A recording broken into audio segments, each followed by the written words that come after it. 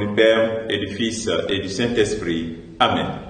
Bien-aimés dans le Christ, nous sommes aujourd'hui lundi 10 janvier et la parole de Dieu que notre Mère Église nous propose est extraite de l'évangile de Marc chapitre 1er, versets 14 à 20. Viens en nous, Esprit Créateur, visite les âmes de tes fidèles, emplis de la grâce d'en haut les cœurs que tu as créés. Ô Seigneur, envoie ton esprit et tout sera créé, et tu renouvelleras la face de la terre. Nous écoutons cet évangile. Après l'arrestation de Jean, Jésus partit pour la Galilée, proclamer l'évangile du royaume.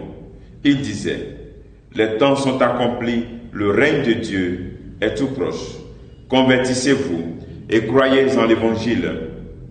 Passant le long de la mer de Galilée, Jésus vit Simon et André, le frère de Simon, en train de jeter le filet dans la mer, car c'étaient des pêcheurs.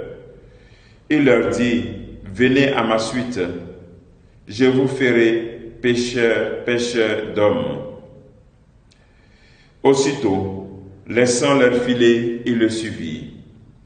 Jésus avança un peu et vit Jacques, fils de Zébédée, et son frère Jean, qui étaient dans la barque et réparaient les filets. Aussitôt, Jésus les appela. Alors, laissant dans la barque leur père Zébédée avec ses ouvriers, ils partirent à sa suite. Acclamons la parole de Dieu. Louange à toi, Seigneur Jésus. Bien-aimés dans le Christ, nous venons de terminer cette semaine de Noël, ce temps de Noël avec le baptême du Seigneur. Nous entrons dans ce temps ordinaire où nous sommes en train de méditer cet évangile de Marc. Nous commençons avec le Seigneur qui appelle des disciples à marcher à sa suite. Et dans cet évangile, une parole qui ressort et qui se répète plusieurs fois, c'est aussitôt. On entend aussitôt.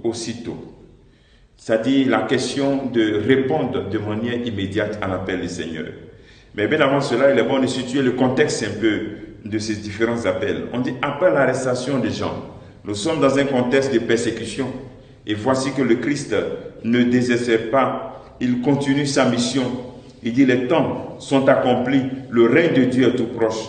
Convertissez-vous et croyez en la bonne nouvelle. Malgré les temps de tumulte, de persécution où Jean est arrêté, Jésus continue sa mission.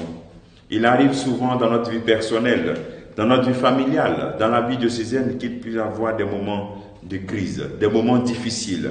Nous devons garder le cap et conserver le regard fixé sur l'essentiel qui est l'annonce de la bonne nouvelle, l'annonce du message de la conversion. Deuxième élément, c'est que le message qui est essentiel, c'est la conversion.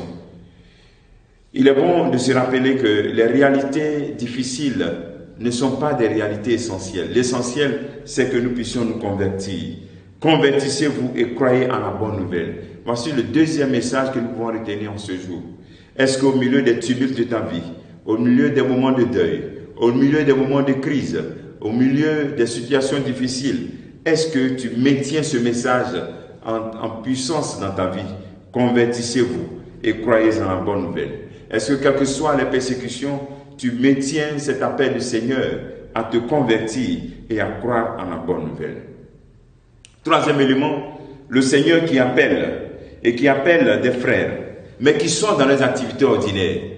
Ici, par ces différents récits, on nous montre que c'est dans l'ordinaire de notre vie que Dieu nous appelle.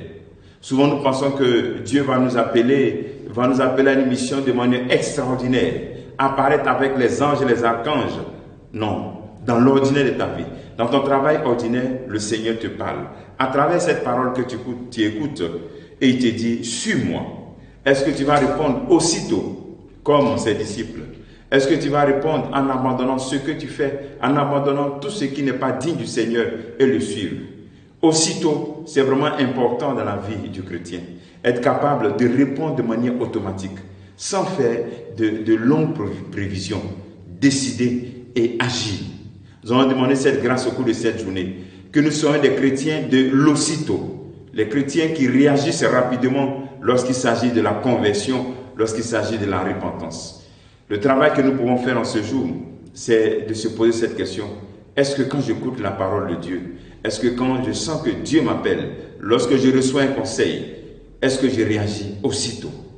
Que le Seigneur te bénisse, qu'il nous bénisse tous, au nom du Père et du Fils et du Saint-Esprit. Amen.